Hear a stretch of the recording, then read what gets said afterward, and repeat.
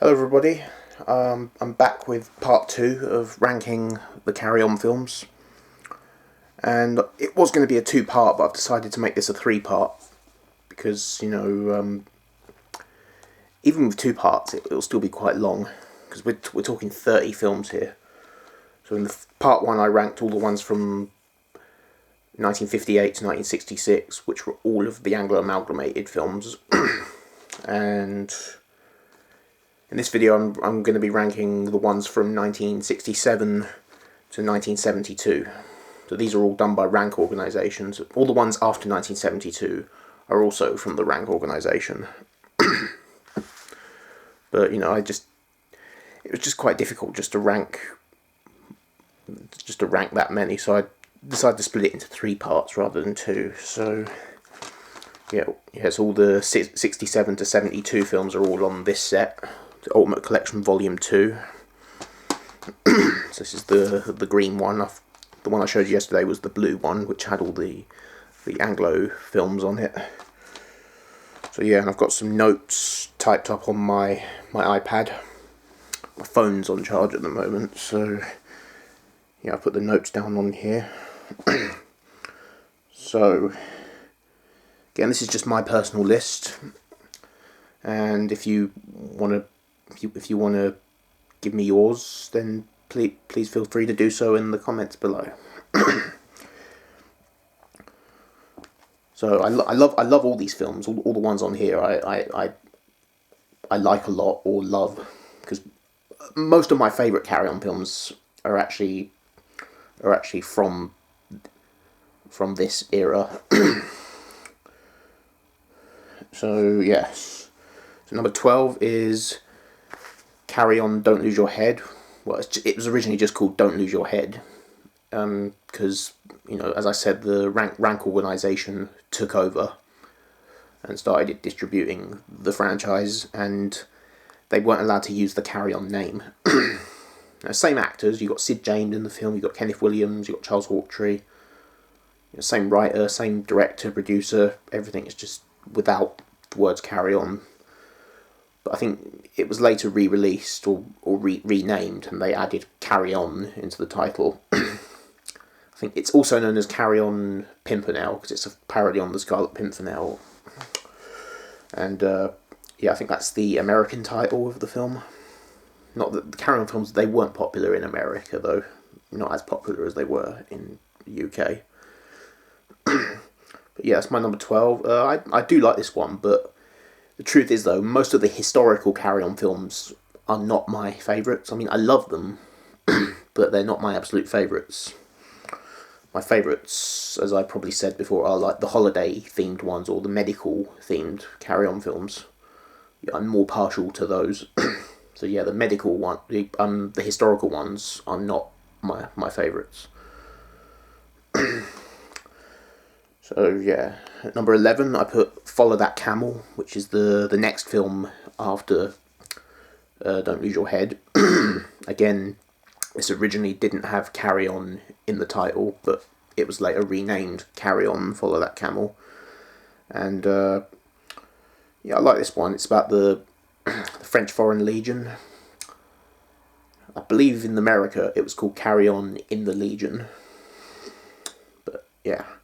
And in this one, you've got Phil Silvers who in the lead role, and and of course he was an American comedy actor, so this was the only time that an American actor played the lead role in a Carry On film.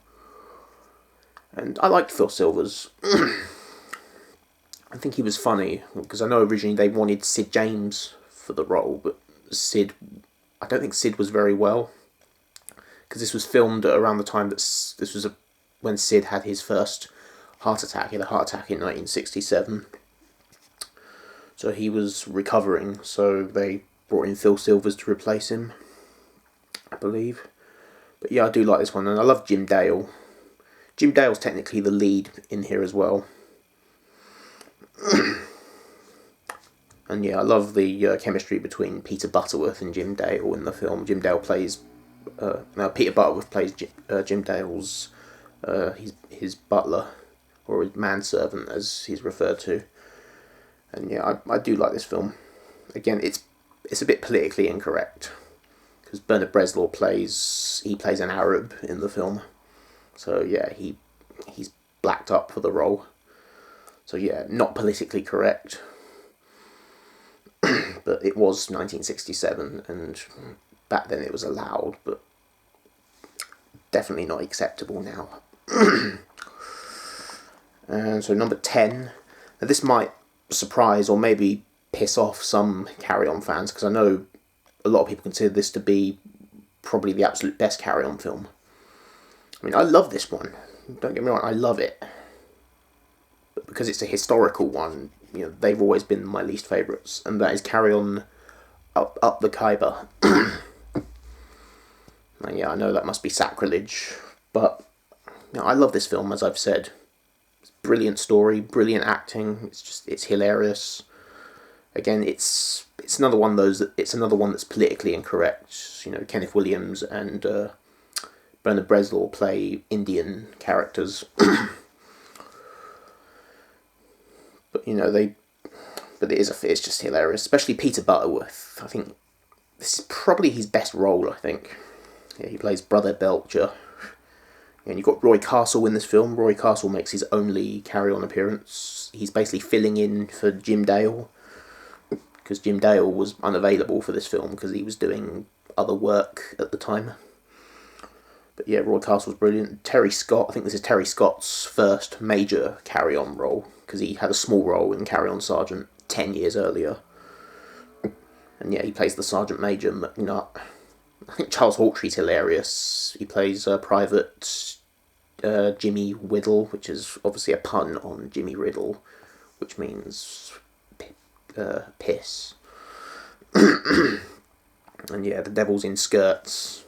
If you've seen the film, you know. I mean, if you live in Britain, I think everyone in Britain's probably seen this film.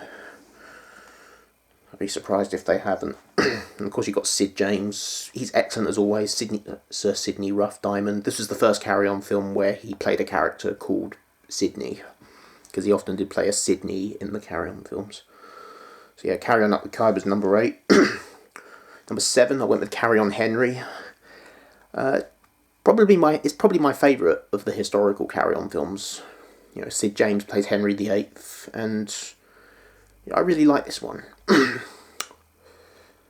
I know originally Harry Seacombe was considered for the role because they didn't think that Sid James was going to be available, because I think he was in South Africa just before production, so they didn't think that he was going to arrive back in time for the production, so they considered Harry Seacombe, but then eventually Sid he arrived back in England in time for the production, so I'm glad it worked out in the end.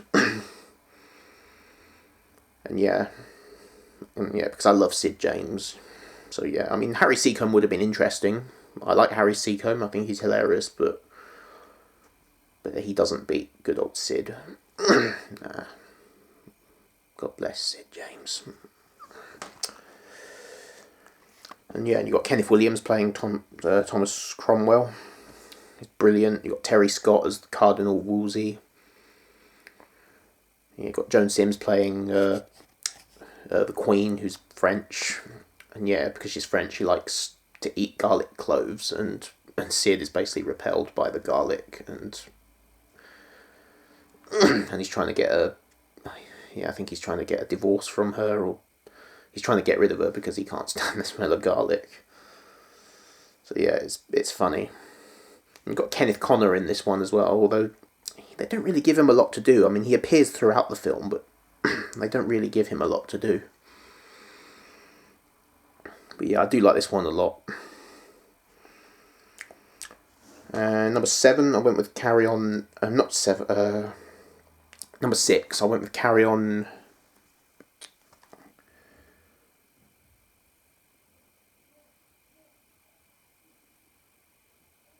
I've lost the fucking numbers now, hold on. No, Carry On Henry was number 9. Carry On Up the Khyber number 10. Carry On Henry number 9. It's number 8, yes. So number 8, I went with Carry On Up the Jungle. 1970s. This is the very first Carry On film of the 1970s. And I like this one a lot. I loved it when I first saw it. A lot of my main love for some of these movies, like especially my absolute favourite ones, it's mostly nostalgia. And for me, Carrying Up the Jungle, I have a lot of nostalgia for, because I remember the day I first watched it. And yeah, I loved it, and I was disappointed that Kenneth Williams wasn't in it. But you know, it's got Frankie Howerd in it. I love Frankie Howerd, he's fantastic.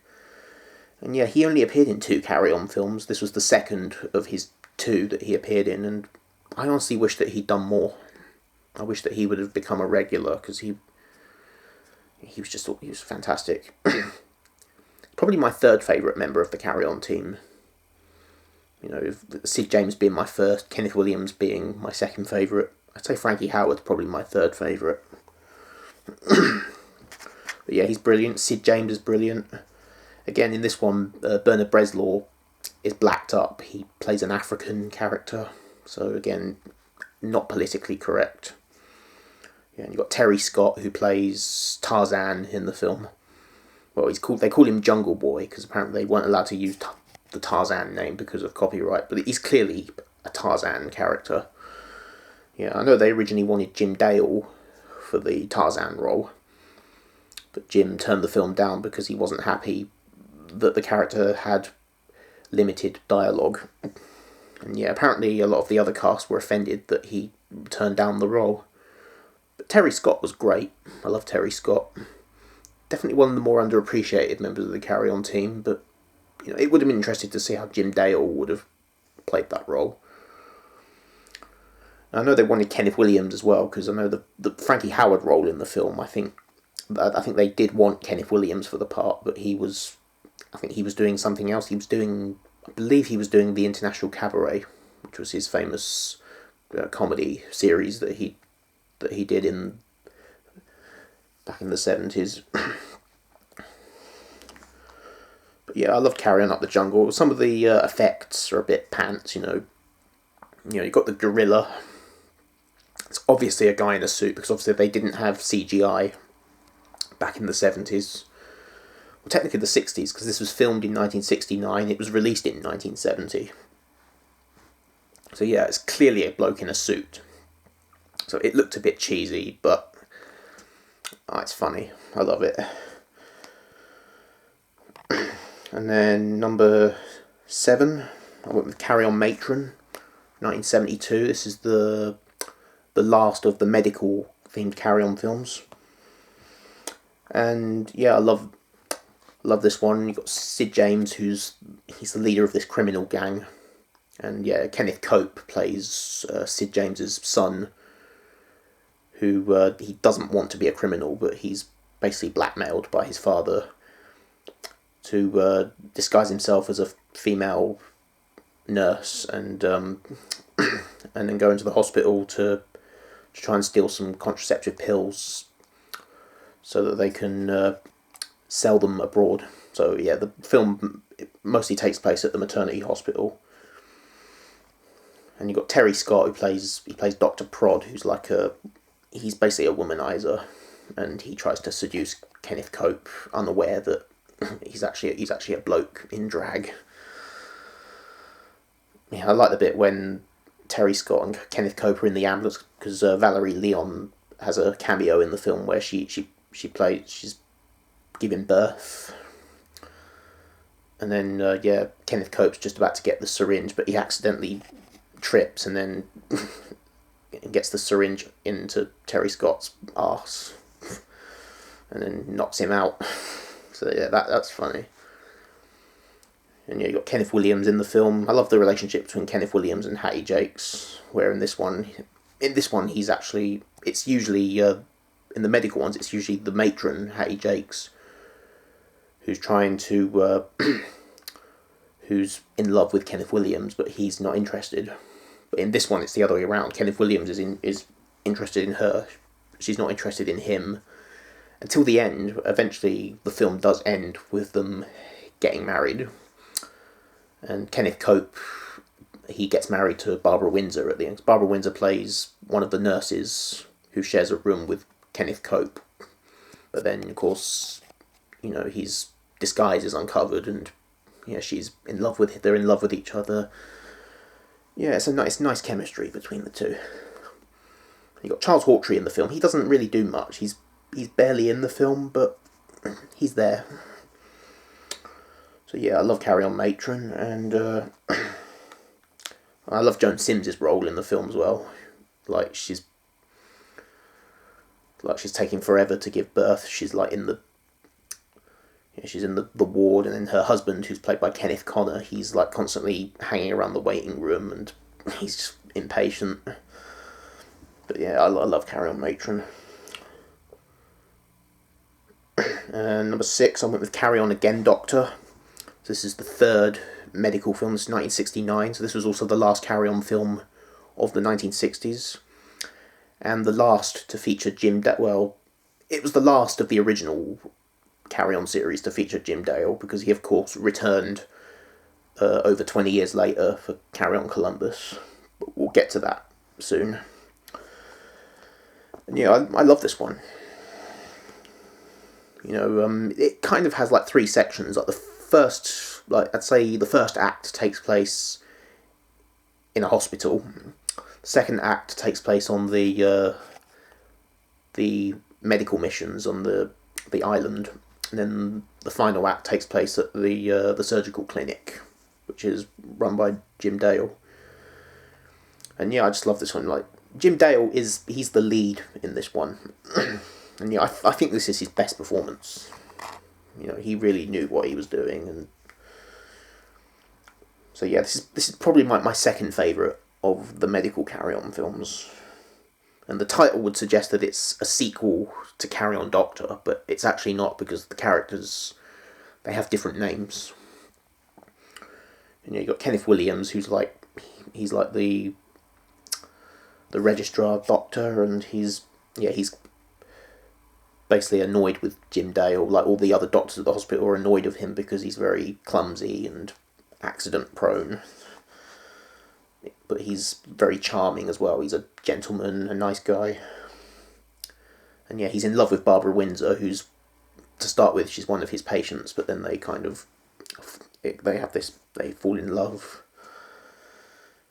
And yeah, and Sid James, he's not really in the movie that much. He doesn't actually appear until halfway through, because it's the scene during the second act when Jim Dale is sent to the medical missions on the island, and that's where he meets Sid James.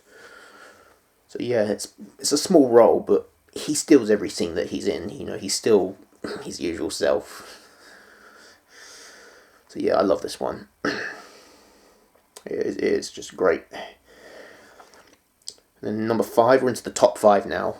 Now this is the top 5. This is where it got difficult, because I think any of these 5 could easily be put at number 1 for me, because the next 5 I'm about to mention, these are some of my absolute favourite Carry On films ever, not just from this era, but ever, my favourite Carry Ons. So number 5, I went for Carry On Abroad from 1972. It's the last one to feature Charles Hawtrey, sadly, because they sacked him after this because of his drinking and him constantly being drunk on set. So they sacked him after they decided that this was the final straw. So they got rid of him after this. It was sad. Charles Hawtrey was a funny guy. But yeah, he gets to do a whole lot, because in the previous film, Carry On Matron, he wasn't really in it all that much, but in this one, he's actually got a lot of screen time, because he's in the whole film, along with all the others. And all the gang are here. You've got Sid, you've got Kenneth Williams, you've got Bernard Bresslaw, and you've got Babs. I love Peter Butterworth. He plays the owner of the Els Bells Hotel. And of course, Els Bells is the name of the island. The hotel is Palace Hotel. And yeah, I love Peter Butterworth. Actually does the Spanish accent very well. And yeah, and the island Hell's Bells is obviously a pun on the phrase Hell's Bells. So yeah, I just love it. And there's a lot of euphemisms, like, because Peter Butterworth has an Italian accent, so he says words that are not rude words, but he makes them sound rude. Like, he says to Kenneth Williams, "You like a piece?" And Kenneth Williams is like, "No, not just now, thank you." And then Peter Butterworth says, "Peace and quiet." So it sounds like he's saying piss when he's actually saying peace. Yeah, I love this one. Yeah, I really couldn't say anything bad about this one. It's a 10. This is a 10 out of 10. And number 4, I went with Carry On at Your Convenience. And of course, we all know this one. It's the one in the toilet factory. And yeah, I love this one. Again, you know, like Carry On Abroad, because, you know, it's one of those films that I remember the first time I watched it. This is another one where I remember my first time seeing it. You know, well, the first half sort of like takes place in the toilet factory. The second half, they go to the seaside in Brighton. And yeah, this film, surprisingly, it didn't do well when it came out. It was actually a failure at the box office. And why? It's brilliant. I mean, it's gained a lot of appreciation over the years, but I don't understand why it didn't do well. I think it's because it could have possibly been due to, because it has political themes, you know, because it is a political satire on, like, workers' rights. But it's done so well, you know. I think it's actually good that they tried something different, and it works. And the cast, yeah, they do all their jobs brilliantly. You got Sid James, Kenneth Williams. You got Richard O'Callaghan, who plays Kenneth Williams' son in the film. And yeah, for me, I'd say Richard O'Callaghan is kind of considered the new Jim Dale, because he only appeared in a couple of Carry On films, but he's like Jim Dale, I guess, because he plays the role that Jim would normally play, but no, I don't think of him as a replacement for Jim Dale. I just think of him as a new romantic male lead actor. But yeah, he's good in this film. You've got Kenneth Cope. Yeah, he's brilliant. So yeah, I love this film. Another film where I just can't say anything bad about it. I couldn't say anything bad about any of them, really. Well, apart from some of the historical ones where they have some stuff that's politically incorrect, you know, the blacking up.